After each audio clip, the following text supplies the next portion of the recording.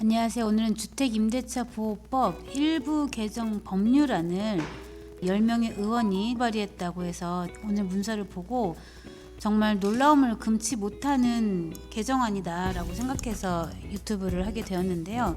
했는지 한번 살펴보도록 하겠습니다. 제안 이유는 전세 사기 속출로 인해서 이렇게 개정 법률안을 제시했다고 하는데요. 이렇게 빨간색으로 중요한 부분들을 표시를 해놨는데 여기에 보시면 계약갱신 청구권 2회 아니거든요. 어쨌든 현재 계약갱신 청구권은 1회죠. 그런데 이 계약갱신 청구권을 임차인이 제한 없이 쓸 수 있게 한다.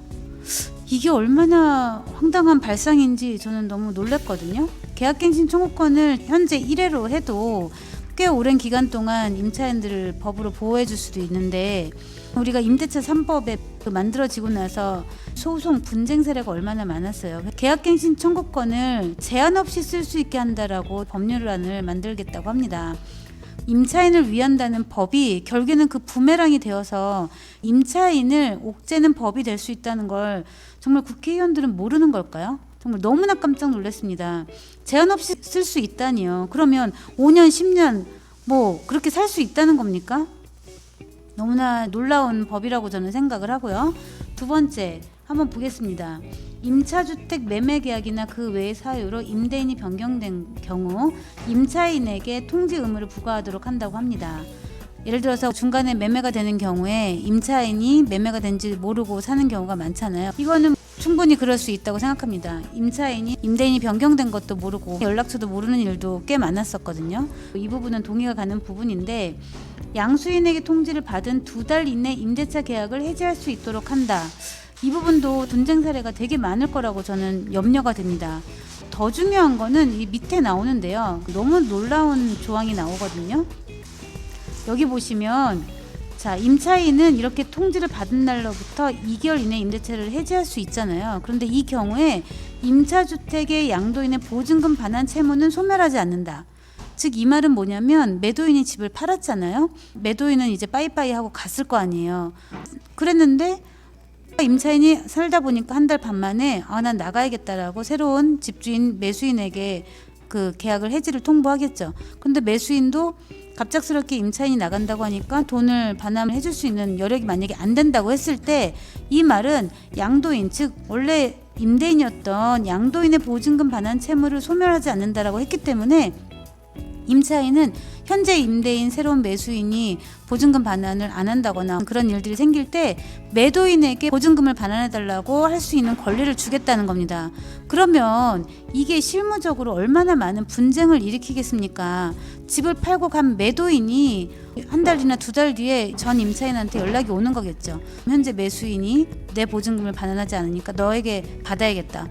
이게 적용이 된다면 너무나 많은 분쟁이 일어날 게 불보듯 뻔하거든요.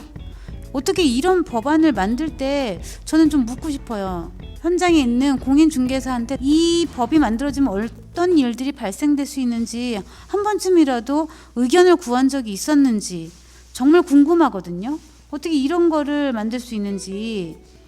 양도인의 보증금 반환 채무는 소멸하지 않는다면 우리가 이제까지 민법 공인중개사법을 공부하면서 임차인의 모든 권리와 모든 것들은 임대인에게 따라다니는 게 아니라 그 물건에 따라다니면서 보호를 받고 하는 건데 팔고 난 양도인을 잡고 멱살 잡고 싸울 수 있다는 거잖아요. 이러면 얼마나 큰 문제가 발생될 수 있을지 정말 가늠이 안 됩니다.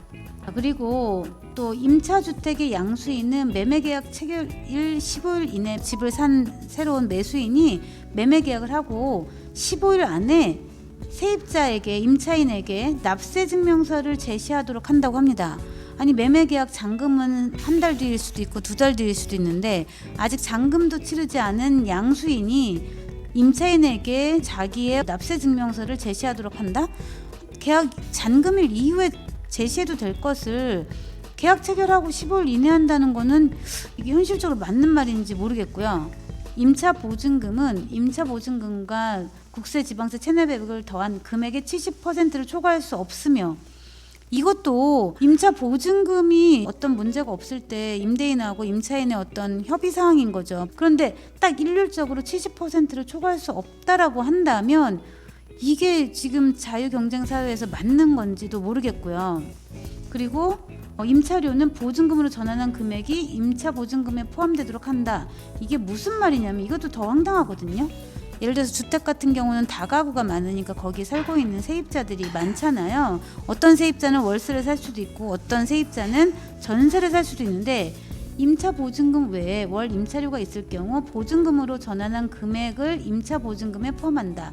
만약에 2천에 100만 원에 살고 있다면 우리가 중개보수 계산할 때 환산보증금으로 월세를 보증금으로 해서 계산을 하는 방식이 있거든요.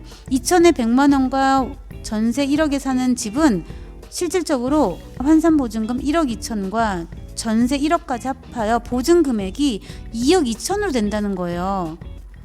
걸 하는 취지는 세입자의 보증금을 지키기 위한 것이지 나중에 문제가 됐을 때 보증금은 실제로 2천만 원과 전세 1억에서 1억 2천인 건데 월세까지 환산해서 보증금처럼 계산을 해준다면 이 집의 전세는 월세는 더 이상 드릴 수 없는 겁니까? 주택 가격의 70%가 넘어간다고 했을 경우 이게 무슨 말인지 이해를 못 하겠는 거예요. 제가 잘못 이해하고 있는 건지 정말 기가 막혀서. 그리고 또 보겠습니다. 임대인은 만료 후에는 원래 보증금 반환의 의무가 발생이 되잖아요. 당연히 반환을 해줘야 되는 게 의무적인 건데 만약에 보증금 반환을 다 못했을 경우에는 임차인의 대출 이자를 임차인에게 지급하여야 한다.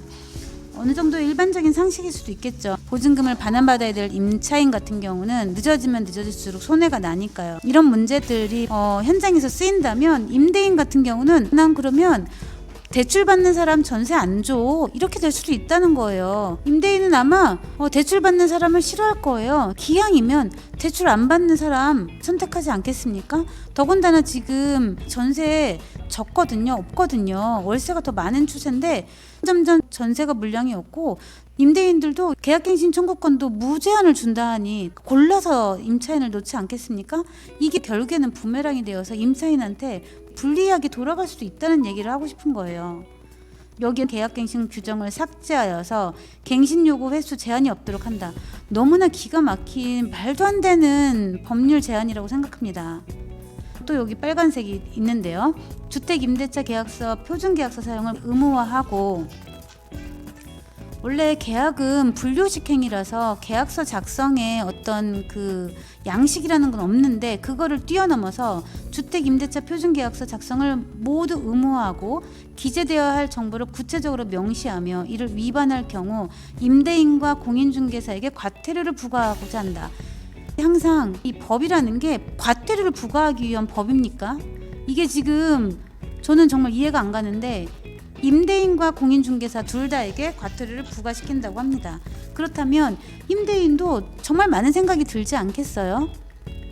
정말 저는 이해할 수 없는 이 지금 주택임대차 법에 대한 그 법률 제한이 정말 충분한 논의를 거치지 않고 어떤 기준으로 이렇게 만들었는지 이해할 수 없지만 이렇게 그대로 진행이 된다면 엄청난 혼란을 줄 거라고 생각이 되기 때문에 다시 한번 재고하여서 분쟁이 발생되지 않는 선에서 개정안이 다시 만들어지기를 희망하기 때문에 많은 분들이 관심 있게 지켜봐 주시기 바랍니다. 임차인을 보호하는 법이 임차인을 누를 수 있는 법이 되고 임대인 또한 불이익을 줄 수 있고 시장에 불협화음을 만들 수 있는 강력한 시그널이 된다면 큰 혼란이 야기될 것이 분명하기 때문에 많은 의견 달아주셨으면 감사하겠습니다.